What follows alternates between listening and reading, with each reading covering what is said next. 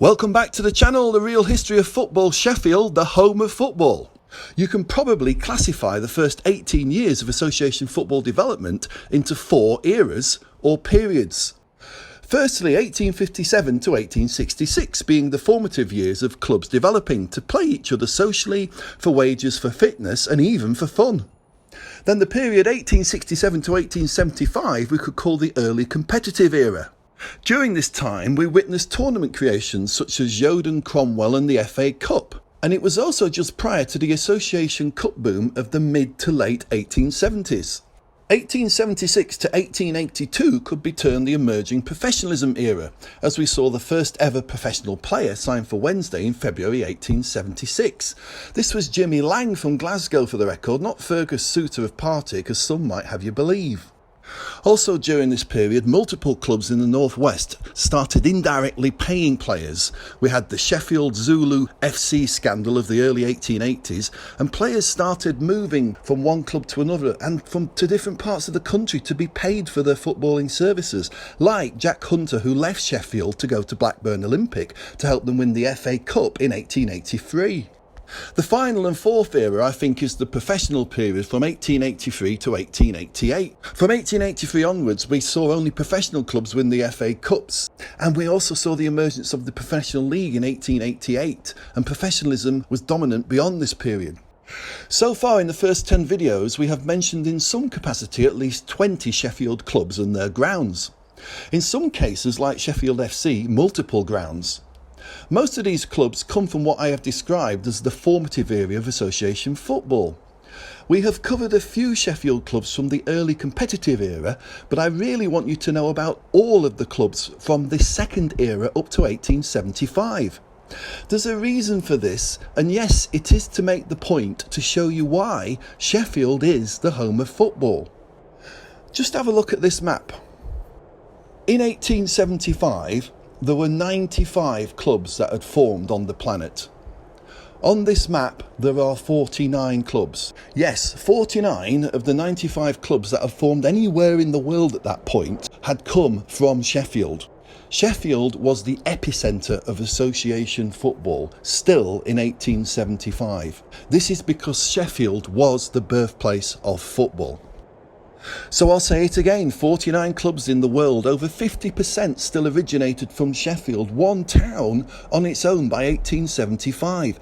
Sheffield dominated at least 2 of our 4 eras of association football historical development. In 1875, Sheffield was still the epicentre of world footballing activity.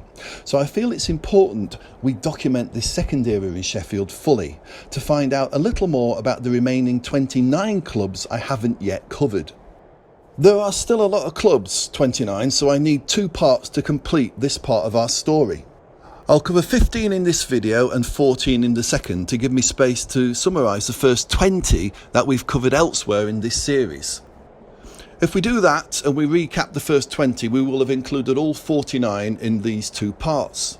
I'm going to try and cover clubs from the same area to make it easier to get an idea of where the ground locations were, but I will have to jump around a little bit, so hang on, here we go. So why are we starting on a footbridge over a modern motorway?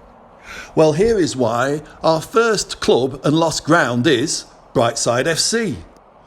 This is where the Brightside ground was and where our first team played, Brightside FC.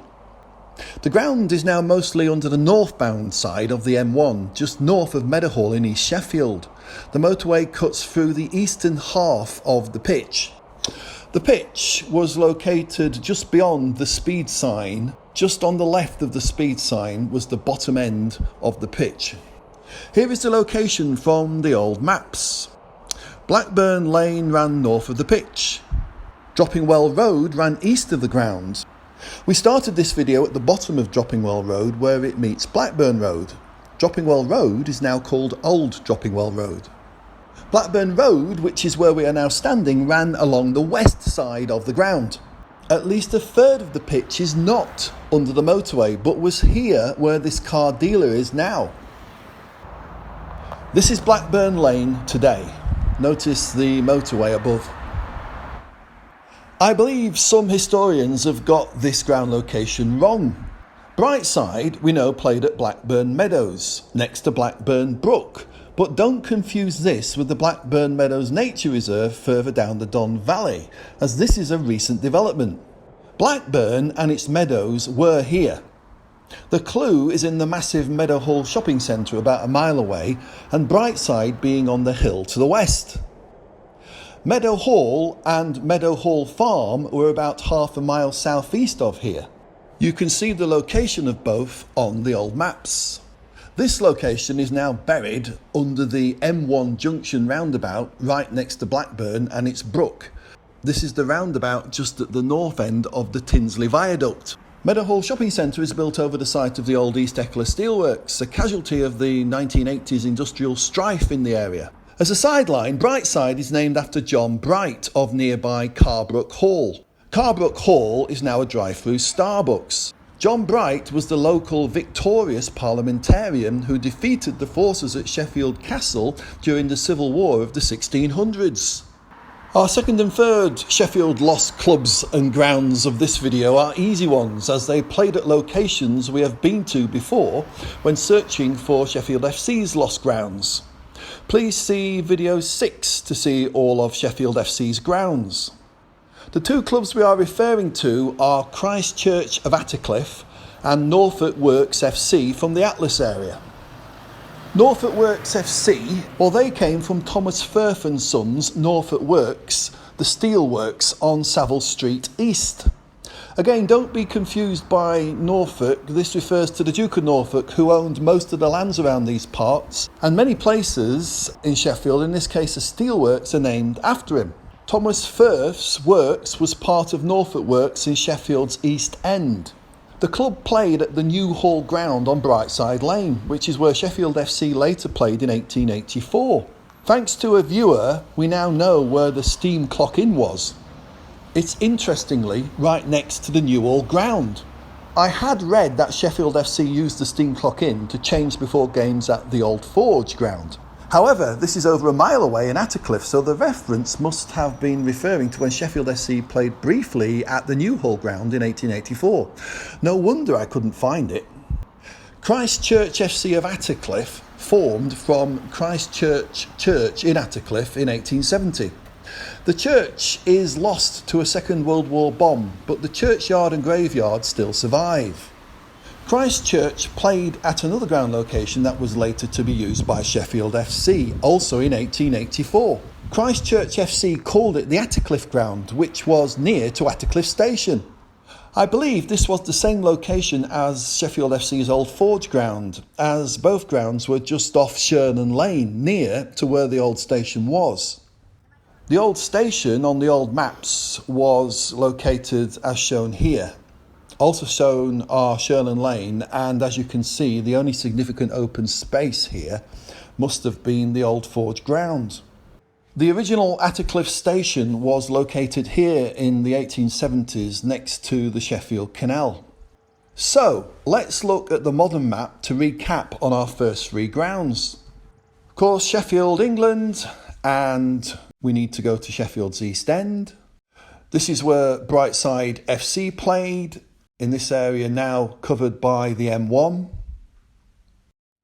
Norfolk Works played at New Hall, which was here. And Christchurch FC of Attercliffe played at the Old Forge grounds, which they called Attercliffe, which is here, we believe. Our next team is Ollerton FC. We owe a debt here to Mike Bradbury, for in his book The Lost Teams of the North, he identifies where Ollerton's ground is, called Rawson Spring. It was, of course, the early inspiration for a later ground just yards away, Hillsborough, of course. On the old maps, the location is here today, where we find Bastock Road and a Quick Fit. Next, Ecclesfield FC. Ecclesfield came from the small village of Ecclesfield, about 5 miles north of Sheffield. I have to admit defeat with the ground location this time. I have contacted local historians, but nobody seems to know the even approximate location of Farehams or Farehams Croft. The land around here was of course owned by our friend the Duke of Norfolk, so maybe Fareham was a tenant with a convenient field near the village. If so, then the most logical location would be southeast of the village, away from the hills, and so around here. This is now where the village park now sits. Interestingly, there are football pitches still close to this area even today. Ecclesfield FC were founder members of the Sheffield and District Football League in 1889. This was one of the world's very oldest competitive leagues, forming just a year after the English Football League of 1888. Two clubs next, who I believe, like many clubs at this time, shared the same ground. The ground in question is the Queen's Ground next to Hillsborough Barracks, where Sheffield FC played their fourth match against Hillsborough Barracks soldiers in December 1860. The pitch was behind the then Queen's Hotel. We have been here in video 4. If you want to know more about this ground and its connection with Sheffield FC, then please watch video 4. Both Walkley New Connection FC and Philadelphia FC played here at some point. Philadelphia FC came from the large Philadelphia Steelworks, a mile or so down the Don Valley from Hillsborough. Some historians, for some reason, put Philadelphia's ground in Hillsborough Park, but Hillsborough Park in the 1870s was just that, a park, with no playing area. The ground name Hillsborough at the time generally referred to the Queen's Ground, which was also called the Lancet Road Ground. Addresses of early Honourable Secretaries indicate that this was the most likely location. If you know Walkley in Sheffield, it's extremely hilly, and you know why Walkley New Connection had to come down the hill to also play at Lancet Road or Hillsborough. Again, key people connected with the club live very close down Lancet Road. W.J. Bentley, their first and long-serving Honourable Secretary, lived here. Walkley New Connection became known as just Walkley FC by 1873, and for their later years, at some point in the 1880s, they moved to the old Grindstone ground in Crooks, which is here. The most likely pitch location is behind where these houses now are. Being in Crooks brings us nicely to our next club, Crooks FC. Crooks had links to the Ball Inn in the centre of Crooks, but their ground was up the hill on Lidgett Lane, next to an old quarry. Here. This is now the local park and playground. The Ball Inn was their most likely meeting place. So let's recap on those 5 north and northwesterly early Sheffield clubs. Ollerton's Rawson Springs ground is here. We think Ecclesfield played here where the park now is.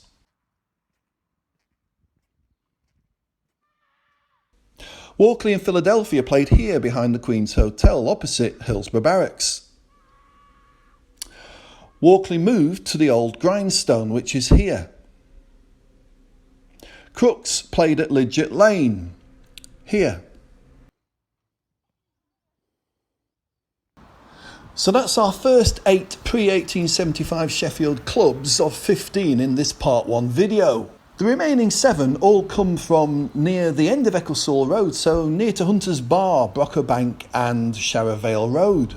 Not far south of Crooks is Brockerbank, where in 1872 members of the congregation of this church, St Jude's on Eldon Street in the centre of Sheffield, formed a club called Eldon St Jude's. Their ground, if on Brockerbank, would have had to have been located here at the top of the northeastern side of this open space at the time. The rest of the open area was too steep, but the area around now Encliffe Glen Road, Everton Road and Wiseton Road would have been just about playable, with a moderate slope down to Brockerbank Road. We've been to the Hunters Bar ground before, as it was again a pitch used by Sheffield FC in 1889. The interestingly named Bankers FC of 1870, they quickly became Thursday Wanderers. Yes, another club in Sheffield named after the day of the week, this presumably being the day on which they could actually play games. Bankers FC, or if you like Thursday Wanderers, played at Hunters Bar. They won the Sheffield Association Challenge Cup in 1879 as the significant mark to footballing history. The final was of course played at Bramall Lane and against Healy FC. The other Hunters Bar team was Lockwood Brothers FC, also of 1870. George Lockwood was yet another Sheffield collegiate school influenced footballer, and with his factory employees set up the club. He and his brother's factory was on Arundel Street near now Hallam University in the centre of Sheffield, here. Lockwood Brothers go down in history as the first ever works team. Yet another Sheffield world first. We now go down Ecclesall Road about a quarter of a mile from Hunters Bar to the Ecclesall Road ground. We've covered the location of this ground in an earlier video, video 9. We said then that this was an incredibly important ground as this was one of the Yoden Cup venues and so one of the places where competitive football kicked off. We think Broom Hall played here at one point, as did Oxford FC, Albion FC and Encliffe FC. Oxford may have been the continuation of sorts of Milton, who seemed to have ended in 1870. Oxford started in 1869. Both clubs had the same base, the New Inn at the eastern end of Ecclesall Road. This is where Ecclesall Road joined then Oxford Road, which is where the club takes its name from. Interestingly, their colours were blue and yellow, close to Milton's black and yellow. Albion's roots are unclear, but we do know that the Clegg brothers played for them, as well as England's very first working class player, Billy Monsford. Billy Monsford is also the first ever player to play and score for both Sheffield Wednesday and Sheffield United.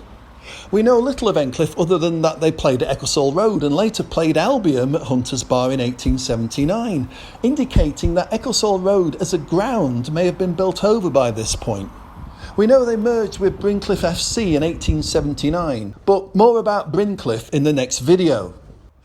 Our final club, number 15 of this video, is Carnforth FC. Carnforth is not from Carnforth in Lancashire, of course, but from Carnforth Works on Rockingham Lane. If anybody can tell me where Carnforth Works was, I'll be very grateful.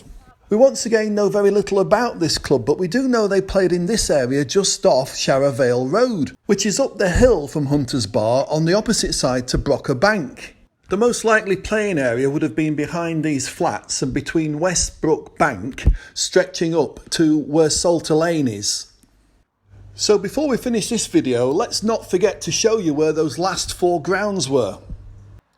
This is the likely location of Brocker Bank. This is where Hunters Bar is. This is the Ecclesall Road ground. And finally, this is where we think the Sharrow Vale Road ground was. I'm going to leave you this time where we started, looking for Brightside's Blackburn Meadows ground standing over the M1 motorway. We're now just halfway through searching for 29 of Sheffield's clubs who all formed in the second era of early association football development. We've done 15 and in part 2 we'll cover the remaining 14. You know what to do if you've enjoyed this video. Like, subscribe, leave a comment. Till next time.